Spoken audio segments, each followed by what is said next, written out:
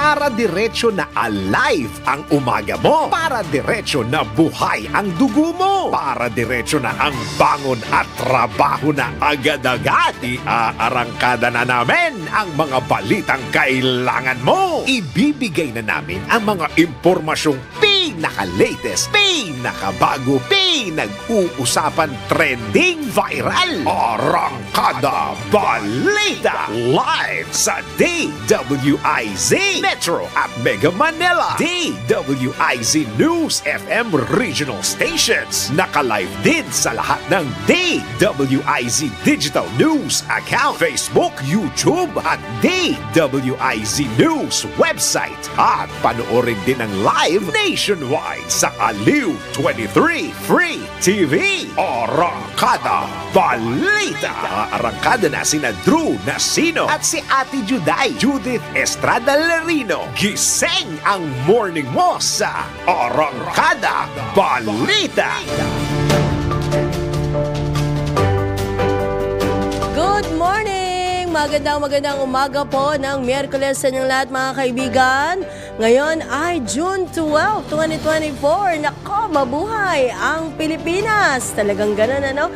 Dapat ay maging malaya sa lahat ng bagay. Pero yan naman po ay dapat maging makatuwiran, di ba? Kamusta po ang inyong umaga ngayong midweek, kabilis ng araw, no? At syempre, sana ho tayo nasa mabuting kalagayan. At samahan niyo po ang inyong mga lingkod. Sa ngalan po ni Drew Nasino, ako po si Mayan Day Palma. At ako naman po si Judith Estrada Larino para sa isang oras na balitaan dito po sa Arangkada Balita. Arangkada Balita. Narito na ang ating headlines. Sa ERC, payag na sa utay-utay na pagbabayad sa dagdag singil sa kuryente. Arangkada Balita. Pagpapalawig ng programa ng 4P sa mga buntis at nagpapa-breastfeed na ina, ipinag-utos ni Pangulong Marcos. Arangkada Balita. Mga ilegal na pogo sa bansa abot sa mahigit 300 ayon yan sa PAOK. Arangkada Balita. At para naman sa balita sa ibayong dagat, 11 katao patay kabilang na ang Vice-Presidente ng Malawi matapos bumagsak ang sinasakyang eroplano sa Afrika. Arangkada Balita. Sa pambalakasan naman, Pinoy Muay Thai artist LJ Rafael Yasay kumana ng 2 ginto sa 2024 IFMA World Senior Muay Thai Championships. Arangkada Balita. At para naman sa balita sa mundo ng showbiz, wedding wishes ni Jolina Magdangal kina Carlo Aquino at Charlie Dizona inula ng batikos. Arangkada Balita. Malala sa ating viral news, isang lalaki sa Cebu nanununtok ng magandang babae. Drew Nasino at si Ate Juday. Arangkada Balita. Magandang umaga po muli sa detalye ng ating mga balita. Aprobado na ng Energy Regulatory Commission ang hiling ng Meralco na utay-utayin ang dagdag singil sa kuryente para sa bayarin ngayong Hunyo sa loob ng 3 buwan. Ito ay dahil maaaring umabot sa mahigit 80 centavos kada kilowatt hour ang isang bagsak na taas singil ng Meralco ngayong Hunyo, kasunod naman ng dagdag singil noong Mayo na nagkakahalaga ng halos 50 centavos kada kilowatt hour. Kaugnay nito, ayon kay Meralco spokesman Joe Saldariaga, bukas pa maglalabas ang Meralco ng paunang taas singil at kung magkano ang may iwang butal. Naku po, may butal pa sa bayarin sa susunod na buwan at sa buwan ng Agosto. Tiniyak naman ni ERC Chairperson Attorney Mona Lisa de Malanta na hindi aabot ng piso kada kilowatt hour ang kabuang dagdag singil ng Meralco ngayong Hunyo na hahatiin pa sa 3 buwan. Arangkada Balita. Ipinag-utos naman ng Energy Regulatory Commission sa lahat ng distribution utilities sa Luzon at Visayas grid na iantala ang paniningil sa mga consumer ng preliminary generation charges. Ayon sa ERC, dapat hintayin ng mga ito ang paglabas ng final statement ng Independent Electricity Market Operator of the Philippines. Ito'y para matiyak na tama ang bayarin sa presyo ng binili nila sa wholesale electricity spot market. Kasunod ito ng suspensyon sa market operation para sa Luzon at Visayas grid matapos ang serye ng red at yellow alert status noong nakaraang buwan. Arangkada Balita! Sa kaugnay na balita, nako, usaping kuryente pa rin ha. Nagkilos protesta ang Power for People Coalition dyan sa Meralco laban sa pagkuha ng supply ng kuryente sa mga coal at gas plants. Ayon kay co-founder Krishna Ariola ng Youth for Climate Hope, mahal ang singil sa kuryente ngayon dahil sa patuloy na pagkuha ng bansa ng supply sa mga planta ng coal at gas. Dagdag pa ng grupo, nilabanan nila ang coal at gas plant sa Negros sapagat alam nila ang epekto nito. Aminado rin ang Youth for Climate Hope na walang magawa ang mga consumer kung hindi magbayad kahit umaakit ang singil sa kuryente. Naniniwala naman si Chairman Leody de Guzman ng Bukluran ng Manggagawang Pilipino na tila nagpapatintero ang mga consumer at may-ari ng Meralco dahil sa taas, babang singil sa kuryente.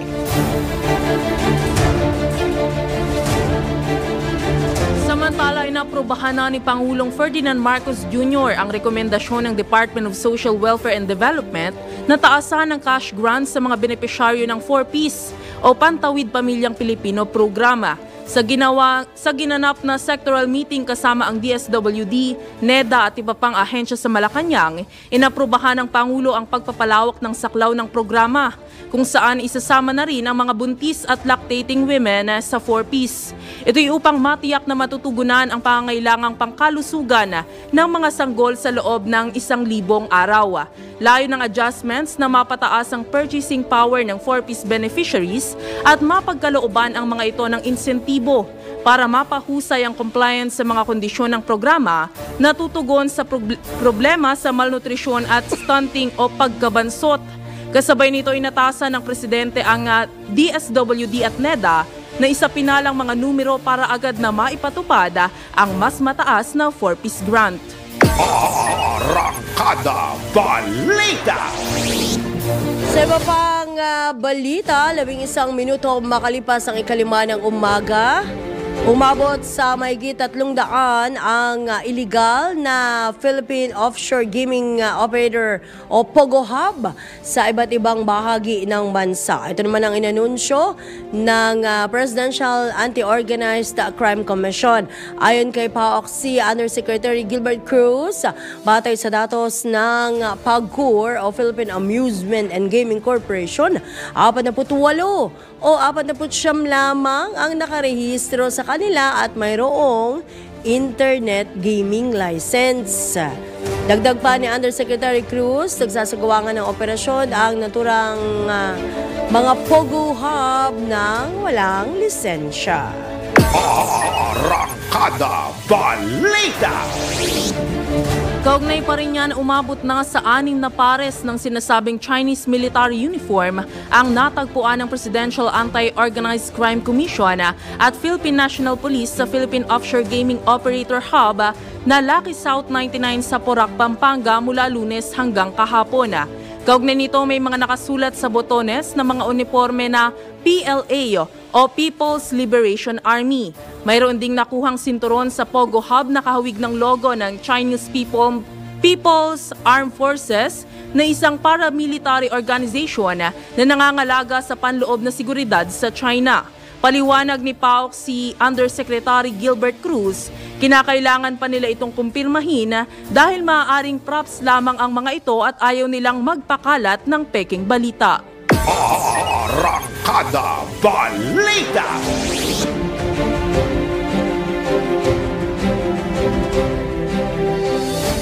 Sa kaugnay na balita, nakitaan ng mga otoridad ang indikasyon na may prostitusyon sa Philippine Offshore Gaming Operator Hub o POGO Hub na Lucky South 99 dyan sa Porac, Pampanga. Ito'y matapos mahalughog ang villa ng bahagi ng compound ng POGO Hub na sinasabing tirahan ng mga boss ng Lucky South 99 at namataan ng mga sex toy at sexy costumes. Ayon dito kay Lieutenant Colonel Ian Rosales, ang Grand Commander ng Search Warrant Operation ng Criminal Investigation and Detection Group, ini-exploit o pinakikinabangan ang mga babaeng hindi naabot ang kanilang quota. Dagdag pa ni Lieutenant Colonel Rosales, pinapasayaw at kinukunan ng video at litrato ang mga ito sa nabanggit na lugar. Arangkada Balita! Ibinunyag naman ni Presidential Anti-Organized Crime Commission o PAOK si spokesman na Winston Casio na mayroon silang nakitang droga sa compound ng Lucky South 99 sa Porac, Pampanga. Ayon kay spokesman Casio, kasama ang kanilang nadiskubre na ilang gramo ng droga sa mga ebidensyang kanilang isusumite sa korte. Kasunod nito, iginiit ng tagapagsalita na wala silang nakikitang ebidensya na may kaugnayan ng Lucky South 99 sa lokal na pamahalaan. Gayunman tiniyak ng PAOK si official na tuloy-tuloy ang kanilang investigasyon, lalo na at may idea na sila kung sino ang ilan sa nagpapatakbo ng nasabing POGO Hub. Arangkada Balita!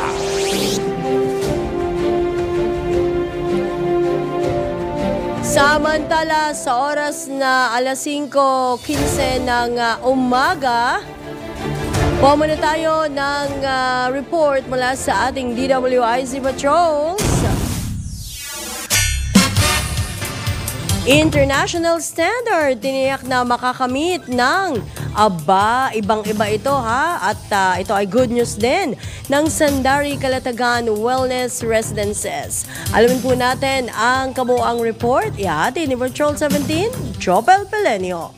Inilunsada ng Sandari Calatagan Wellness Residences ang Mindful Brews Sandari Investors Night na ginanap sa Alabang, Muntinlupa City. Layo ng aktibidad na maipakita ang mga investment opportunities at ang wealth management strategies na maaring i-offer ng Sandari Calatagan Wellness Residences na matatagpuan sa Calatagan, Batangas. Dumalo sa event si ALC Group of Companies Chairman and Chief Executive Officer Edgar Cabangon, City State Properties Management Corporation o CPMC President Michelle Cabangon Chua at Calatagan Mayor Peter Oliver Palacio na siya namang nagsilbing guest speaker, kabilang na ang ilang representante na mula sa City State Savings Bank. Dito ibinahagi ni Mayor Palacio ang mga magagandang oportunidad sa pagninegosyo na maaring ibigay ng kanilang bayan sa Calatagan. Ipinangako naman ni Boss Edgar Cabangon na makakamit ng Sandari Calatagan ang international standard, habang tinalakay naman ng City State Savings Bank ang mga tamang estratehiya pagdating sa pangangasiwa ng mga kayamanan o wealth management. Samantala, inahayag ni Sandari Calatagan Assistant Vice President for Operation Marky Almazora na kanilang inorganisa ang event upang maipakita sa mga investor kung gaano kagandang investment ang Sandari Residences. Narito ang ilang bahagi ng pahayag ni Almazora. Itong Investors Night na ito ay naglalayon na ipakita sa mga real estate investors, sa mga client namin sa Sandari Calatagan, kung gaanong kaganda ang Sandari Calatagan bilang isang real estate investment. Kaya nga kanina, kung napanood mo, explain namin yung konsepto ng property, which is it's a wellness community. Diba? Nag-i-invest ka din sa kalusugan mo kasi yung mga amenities and features talagang designed para maging healthy yung mga residents namin. And at the same time, so gusto din namin ipakita sa kanila yung Calatagan na isang bayan na napakaganda pag-investan dahil it's promising, no? Bukod nga din sa sinabi ko na yung konsepto na wellness, no? We would like to claim that we're the first wellness community na ang CPMC ang unang nag-develop ng wellness residential village kagaya ng Sangari Calatagan. So, yung mga amenities namin, i-highlight ko dito yung organic garden na kung saan yung mga residents may access sila sa mga fresh na produce na yun yung kakainin nila. So, healthy. And then, edible landscaping. I mean, kung kahit saan ka pumunta sa village, pwede kang pumitas na lang ng mga prutas or gulay at pwede mong kainin. So, at bukod doon, marami pang mga amenities talagang good for your mind, body, and soul. At bukod doon sa concept nga ng wellness residential village, yung alam naman natin ang real estate investment maganda. It's really a wise decision. Why? Kasi ang land value hindi naman bumababa, tumataas. So sa Calatagan, since it's a promising town, it's a developing town. So it's really a perfect invest sa ating mga investors dyan, mga real estate investors na naghahanap ng perfect investment. Okay, this year, so eto, ang Sangari Calatagan. So ino-offer na namin siya sa market. So mas maganda pong makita ninyo yung lugar. So open po kami sa tripping. So just message us. Visit lang po ang aming page, Sangari Calatagan, o ang aming website, www.sangari.ph. So ayun po, bisita lang po dun sa website at sa page, mag-message para sa tripping at mas makita nyo kung bakit ito ay isang napakagandang investment. Salamat po. Ang tinig ni Sandari Calatagan AVP Al Mazora. Ito si Patrol 17 Chopel Peleño para sa Himpilang May Todong Lakas, DWIZ. Nagbabalita ng tama, naglilingkod ng tama. Arangkada Balita! At sa iba pang balita, Pilipinas at New Zealand nagkasundong magkaisa sa harap ng geopolitical issue.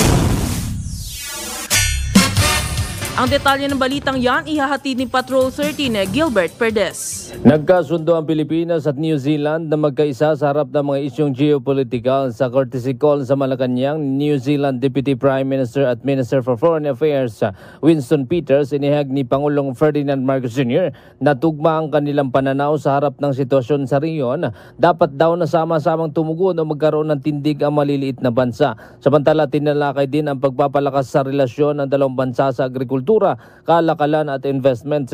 Humiling din si Pangulong Marcos sa diplomat na patuloy na makipag-ugnayan sa mga opisyal ng Pilipinas at sa pribadong sektor para sa posibleng pagsasakatuparan ng mga napag-usapan sa pagbisita sa bansa ni New Zealand Prime Minister Christopher Luxon noong Abril ngayong taon. Samantala sa farewell call naman ni Italian Ambassador to the Philippines Marco Clemente, pinuri ng Pangulo ang kahalagaan ng Italia bilang isa sa mga bansang may pinakamaraming OFW sa nasabing bansa. Patrol 13, Gilbert Perdes para sa Himpilang May Todong Lakas, DWIZ, nagbabalita ng tama, naglilingkod ng tama. Arangkada Balita! Samantala, sa oras na alas 5:21 ng umaga, kuha tayo ng sitwasyon dyan sa lungsod ng Maynila.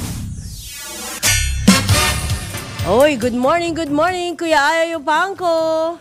Juday, Yes. magandang umaga sa ating mga kababayan. Nagpatupad na ng mahigpit na seguridad ng mga kagawad ng Philippine National Police, partikular ang Manila Police District sa paligid nitong Rizal Park.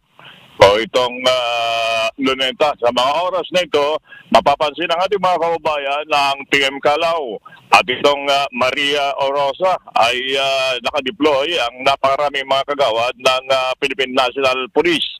Mga uniformado at ang iba naman ay mga nakasibilyan.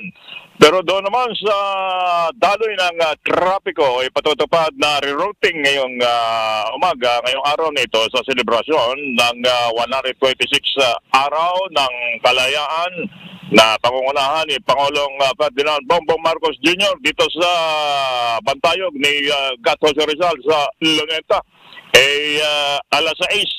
Alas 6 ngayong umaga hanggang alas 10 mamaya ay temporary sarado sa lahat ng mga sasakyan. Itong Rojas Boulevard, magkabilang panig, north and southbound mula TM Calao hanggang P. Burgos. At yung Maria Orosa naman ay sarado rin ito, yung westbound. Mamayang alauna naman ng hapon hanggang alas 10 ng gabi ay isusunod namang pansamantala isasara sa mga bihikulo ang Rojas Boulevard mula UN Avenue to Padre Burgos Avenue. Pareho, magkabilang panig nito ay sarado sa daloy ng trapiko. TM Calao, magkabilang panig ng TM Calao, Rojas Boulevard to Taft Avenue, sarado rin yan.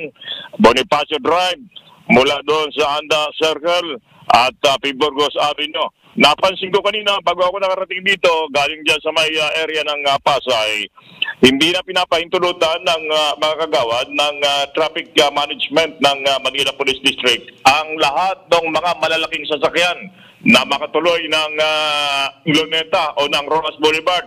Sa Quirino Avenue pa lamang ay pinakakanan na po kayo, kakanan na kayo. Yung mga pribadong sasakyan naman ay maaari pang tumuloy. Maaari pang tumuloy hanggang dito sa Luneta sa mga oras na ito. Pero mamaya, alas 6 ng umaga, ay tuluyan ng isasara ito sa lahat ng uri ng mga sasakyan. Kaya't ngayon pa lamang ay mag-isip na tayo, mga motorista, kung saan tayo dapat dumaan nang hindi tayo maabala sa pagsasara ng mga lansangan sa paligid ng Luneta na ikaugnayan dito sa selebrasyon ng Araw ng Kalayaan. Antabayan ng mga ibang kaganapan ito sa Patrol number 5. Ayaw pa ko para sa implementasyon ng lakas. DWIC, nagbabalita na tama, naglilingkod ng tama. Arangkada Balita! Maraming salamat Patrol 5. Ayaw Pangko live mula dyan sa Manila. Samantala sa pagkakataong ito, magbabalik po ang Arangkada Balita makalipas lamang ang ilang paalala. Ang oras, alas 5:25 ng umaga. Arangkada Balita! Sa oras na 5:33 ng umaga, nagbabalik po ang Arangkada Balita. Samantala sa pagkakataong ito, muli tayong tumanggap ng mga pag-uulat mula sa labas ng himpilan. Vietnamese na naghubad sa Terminal 3 na ipadeport na pabalik ng Vietnam. Ang detalye ng balitang yan, ihahatid ni Patrol 45 Raul Esperas. Tuluyan ng naipadeport ng Bureau of Immigration ang babaeng Vietnamese deportee na namataan na naghubad sa NAIA Terminal 3 Sabado ng gabi.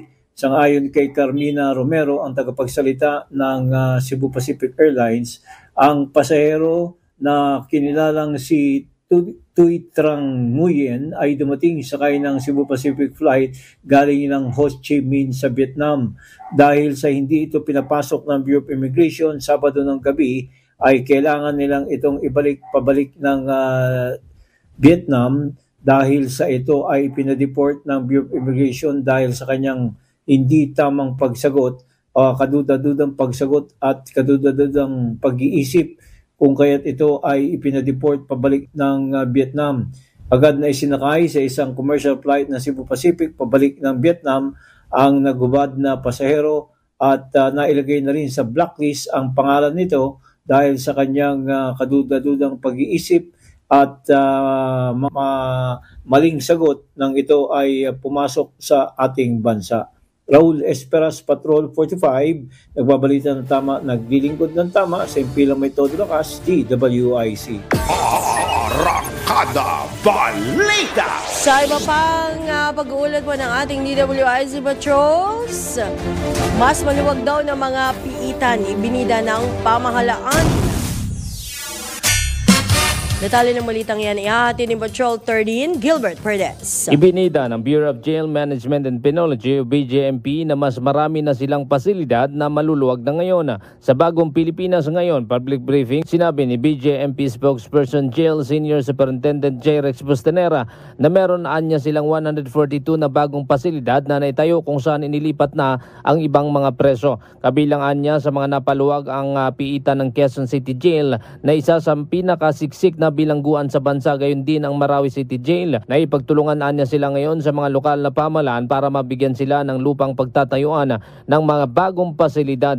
Kabilang anya sa mga lugar kung saan kasalukuyang may pinatatayong mga pasilidad ay ang Muntinlupa City, Zamboanga City, Davao City at Cebu City. Meron din anya sa lalawigan ng Cavite para naman sa mga babae, ganyan din sa Camp Bagong Diwa sa Taguig City. Sa San Mateo Rizal naman anya ay nakapag-donate na rin ng lupa ang lokal na pamalaan at inaasama pagpatayo na rin sila ng bagong pasilidad dito.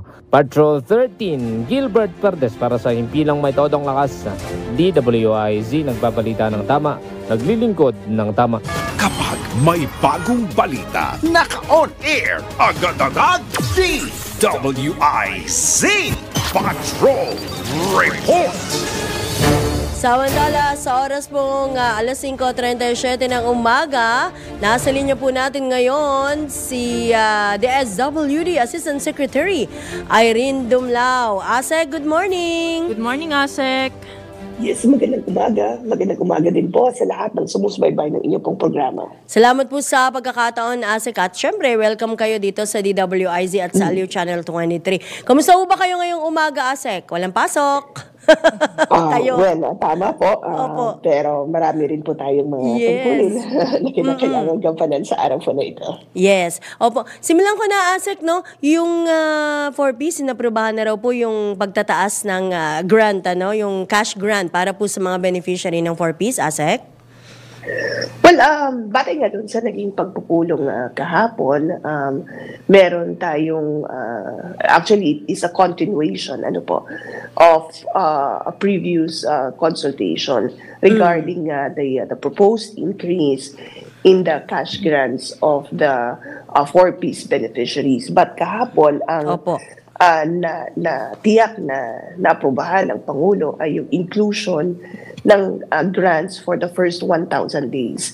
Ibig sabihin po yung mga pregnant women and yung mga anak po nila, yung mga infants 0 to 2 years old ay magko-comply din sa mga specific conditions of the program at makakatanggap rin po ng conditional cash grant. Sa kasalukuyan, binabalangkas pa po kung magkano yung cash grant na ibibigay. But ito po ay napakahalaga. This is actually a win para sa mga nagsusulong ng social protection dahil nga po yung first 1,000 days of a child ay napakahalaga po. Dahil yun nga pong first 1,000 days, actually that it marks kasi yung commencement ng pag-develop ng child's brain growth, no? Yes, at opo. ito yung nagsisilbing fundamental pillar para sa kanilang lifelong well-being. Kaya napakahalaga nito because hindi lamang nito matitiyak na magkakaroon ng magandang kinabukasan but yung mga bata, but it could also prevent yung mga diseases, gayon din yung stunting, as a result nga ng mababang nutrition. So, again, this is a welcome development for the department. Ayun, good. Asek, ano po kaya yung magiging qualification dito, no? Yung mga magiging requirements para makasama yung mga kababayan nating buntis dito sa programang to, Asek? Well, of course, sila ay kabilang sa beneficiaries ng Pantawid Pamilyang Pilipino program. Kung matatandaan kasi, meron na talagang conditional cash grant na tinatanggap ang mga households na yung mga nakakapag-comply sa specific health conditions and their attendance to family development sessions. That's an equivalent a conditional cash grant of 750 pesos. Opo. Pero yung halaga na yun, dapat mag-comply ka sa maraming conditions. Kagaya ng dapat ang pregnant women post and prenatal check-up. Yung mga bata sa household ay dapat nagpapa-check up at nag-avail ng mga health services. At gayon din po, dapat ang household head ay nag-a-attend ng family development session o yung buwanang meeting ng mga 4Ps beneficiaries. Pero ngayon, ihiwalay natin yung pregnant woman at yung mga household na merong anak 2 years old pababa. Magkakaroon ng separate na condition para sa kanila to promote nutritional and behavioral change. And separate na pag-monitor din sa pagpapa-check up nung buntis na ina. Nang sa gayon, merong hiwalay na intervention para sa kanila. Alright, nako, magkano na ho ba yung tinatanggap na ngayon ng mga beneficiary ng 4-piece ASEC? Well, sa kasalukuyan, yung ating mga children beneficiaries na nag-aaral sa daycare at sa Opo. elementary Yes. ay nakakatanggap po ng 300 pesos conditional cash grant per month. Per month, Yung 300. naman po enrolled sa junior high school nakakatanggap ng 500 pesos per month. Senior high school naman nakakatanggap ng 700 pesos per month provided na sila ay mag-comply doon sa conditions ng program. Yun, oo. Siyempre may mga requirements naman ho yan, ano.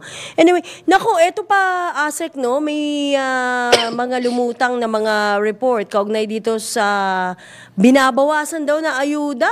Sabi nga namin, ang term nga namin sa media, ASEC, kinatkong na ayuda dito sa bagay ng Davao del Sur. Ano bang report nyo dyan? Well, of course, kinalulungkot natin at kinakabahala itong incident nga na naiparating sa DSWD. Opo. But the department has been very strong, no, to saying na hindi dapat ito ginagawa. Hindi dapat binabawasan yung benepisyo na ibinibigay sa isang beneficiary because buong-buo yun na sa kanila. Opo. Based on the assessment of our social workers, sila ay kwalipikadong mapasama sa programa, sila ay may matinding pangangailangan. Kaya dapat hayaan natin silang i-enjoy yung benefits na ibinibigay ng pamahalaan sa kanila. Nang sa gayon, yung kanilang mga pangangailangan ay matugunan. So, sa pangyayari po na ito, nagbigay nga ng kautusan si Secretary Rex Gatchalian sa ating regional director sa DSWD Field Office 11 na puntahan itong pregnant woman na nag-complain sa social media nung allegedly ay pagkakabawas na o pag-withhold ng cash grant na ibinigay sa kanya.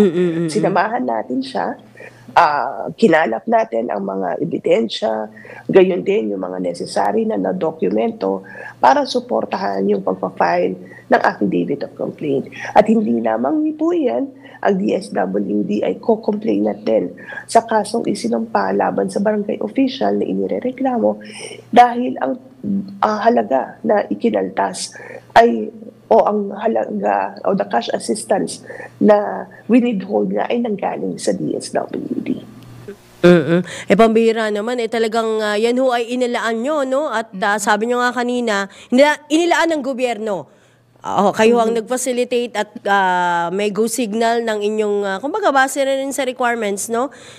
Or conditions na ito yung ibibigay dapat. Tapos binawasan mo pa, di ba? Kung tutuusin, baka nga ho, medyo kulang pa yun na ASEC, bagamat malaking tulong, malaking bagay ho sa ating mga kababayan yan.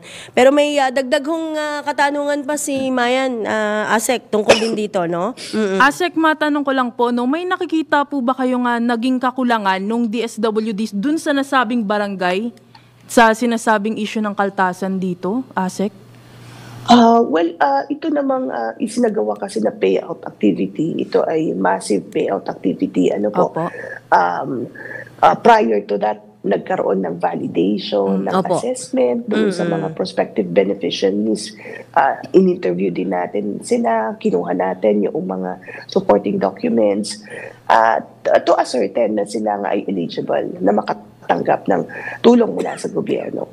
So, nung araw na isinagawa yung payout, yung namang po mga paymasters natin, nag-rely doon sa result ng validation process dahil nasa payroll na nga itong individual na to. At yun ang naging basehan sa pag-distribute natin ng cash grant.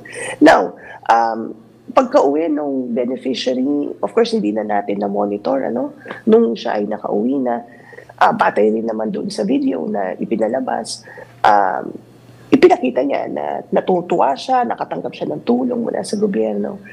But yung pagpapatawag sa kanya ng barangay official sa barangay hall, of course, yun ay hindi na natin po napag-alaman at nalaman na lang we were informed already nung lumabas or na-post na yung video. But nonetheless, pinuntahan naman natin agad, no?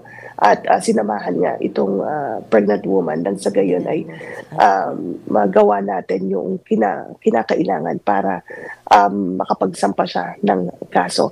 Kung may naging pagkukulang po ba ang DSWD, I don't think wala pong naging pagkukulang ang aming pong ahensya. Lahat po ng proseso ay isinagawa natin to ensure na maayos yung pagpapahatid natin ng tulong. Ayun, opo. Ayun po, Asek. May habol pa. Usapang payout na rin lang naman po sa El Nino, Asek, no? Kumusta na po yung pamamahagi ng ayuda sa mga apektado ng El Nino phenomenon? Well, okay. Batay naman dito sa report ng DSWD, particularly yung ating DROMIC report, patuloy yung isinasagawa na pagbibigay ng tulong ng ating pong ahensya sa mga naapektuhan ng El Nino. Well, batay dito sa pinakahuling report ng aming pong ahensya, mahigit 617 million pesos worth na po of assistance ang naipamahagi para sa mga apektadong pamilya, na kung saan mahigit 562 million ang nanggaling po sa DSWD, mahigit 45 million naman po ang nanggaling sa mga iba't ibang local government units, at meron din naman pong mahigit 7.2 million pesos na nanggaling rin naman mula sa ibang mga partners. And gaya nga ng nabanggit ko, patuloy pa rin naman na nag-augment ang DSWD ng food and non-food items sa mga lokal na pamahalaan, ng sa gayon ay matustusan din po, no, yung pangangailangan ng ating mga kababayan, particularly the farmers and the fisher folks, na yung kanilang pong livelihood ay naapektuhan punsod ng El Nino. Ma'am, ito na lang, last na nako. Oo, yung suporta nyo naman po din sa mga residente o apektado nung bulkan, pagputok nitong bulkan Canlaon na Asek. Yes. Dito naman sa Canlaon volcanic eruption, again, patuloy din naman ang isa sa gawa na tulong ng ating pong ahensya sa Negros Occidental at sa Negros Oriental. Sa kasalukuyan, mahigit 11 million pesos worth na po ng tulong ang naipamahagi na sa mga apektadong pamilya. Out of that figures, mahigit 7.2 million pesos ang nanggaling sa DSWD, mahigit 1.2 million ang galing sa local government units, and non-government organizations naman ay nakapagpahatid ng tulong na mahigit 2.4 million pesos. At may mahigit 47 pesos naman worth of assistance na nanggaling sa mga ibang partners. Our field offices have deployed yung po mga mobile command centers natin sa area, particularly yung sa Canlaon City. Nang sa gayon, maagap tayong makakalap ng mga impormasyon mula po sa ground, dahil yung impormasyon ay agad na naibabato dito sa central office, and immediately nalalaman natin kung ano pa yung mga karagdagang tulong na ipapahatid natin sa mga kababayan nating apektado. Ongoing din yung ating collaboration with the local government officials, nang sa gayon tayo nga po ay makapagpahatid ng karagdagan na assistance po sa kanila. Ayun, naku, maraming salamat, Asek, at sa mga susunod na pagkakataon ay kung bukas po ang aming himpilan, no, DWIZ at Aliw Channel 23, kung meron pa ho kayong nais na panawagan, ipaabot, at dapat na malaman ng publiko na ginagawa po ng inyong tanggapan, Asek. Maraming salamat po muli at magandang umaga po. Ingat po kayo. Maraming salamat at magandang umaga din po. Happy stay. Yan po mga kaibigan, si DSWD Assistant Secretary Irene Dumlao, at medyo masama din ang lalamunan, o pakiramdam nitong si Asek, pero pinaunlakan niya pa rin tayo, no? Para nga linawin yung ilang pa sa mga mahalagang usapin kaugnay dito, particular sa 4Ps. Ayan. Magbabalik po mga kaibigan ng Arangkada Balita, makalipas naman po ng ilang paalalatang oras. Time check, 5:51 na ng umaga. Arangkada Balita!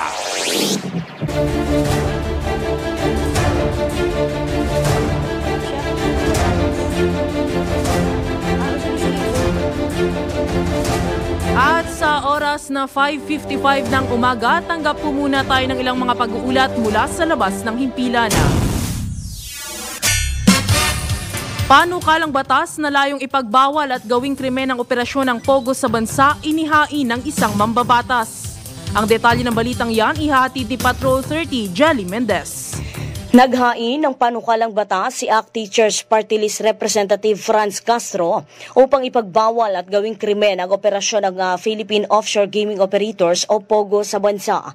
Ayon kay Representative Castro, ang pagpayag ng dating administrasyon sa operasyon ng POGO ay tila naging legal at nagdulot ng malaking problema sa lipunan, gaya na lamang ng pagkakasangkot sa kidnapping at torture ng ilang individual. Nakapaloob sa House Bill 10525 o ang Anti-Pogo Act ang pagbawi sa lahat ng lisensyang iginawad para sa operasyon ng Pogo. Ipagbabawal din sa mga ahensya ng gobyerno ang pag-issue ng mga work permits at ng visa para sa offshore gaming. Iginiit ng mambabatas na sa tulong ng nasabing batas, posibleng matukoy kung tunay na nagbabayad ng buwis ang nasa halos 50 Pogo Hub companies sa Pilipinas. Sinabi ni Castro na malinaw na isang malaking banta ang Pogo sa ating national security. Umaasa din si Castro na magkakaroon ng mas malinaw na posisyon si Pangulong Ferdinand Marcos Jr. hinggil sa usapin ng Pogo. Mas mainam niya kung kay Pangulong Marcos na manggagaling ang pagbabawal sa operasyon ng Pogo sa bansa. Kumpiyansa rin ang mambabatas na makikita ng liderato sa Kamara ang epektong idudulot ng Pogo sa lipunan dahil na rin sa pagkakasangkot ng ilang mga lokal na opisyal. Bukod pa dito ay nadadamay din ang mga ordinaryong Pilipino kung saan ay maraming pagsalakay na ng mga otoridad ang ginawa na may kaugnayan sa kasong rape, murder, human trafficking, money laundering, prostitution, illegal detention, panunuhol at iba pa. Sa tulong ng batas na inihain ay babawiin ang lahat ng lisensyang ipinagkaloob sa Pogo operation. Sina Gabriela Women's Party List Representative Arlene Brosas at Kabataan Party List Representative Raul Daniel Manuel ang kasama at kabilang sa may akda ng naturang panukala kung saan ay nananawagan sila sa kanilang kasamahan sa Kongreso na agad aprobahan ang kanilang inihaing batas na poprotekta sa komunidad at sa mga Pilipino.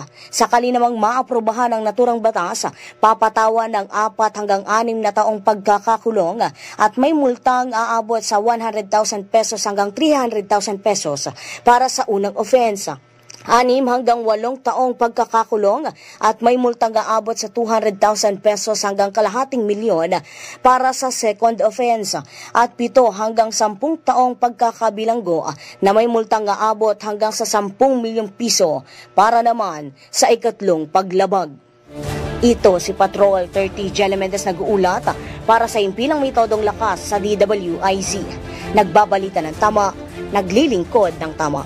Kapag may bagong balita, naka-on air, agad-agad, DWIZ Patrol Report!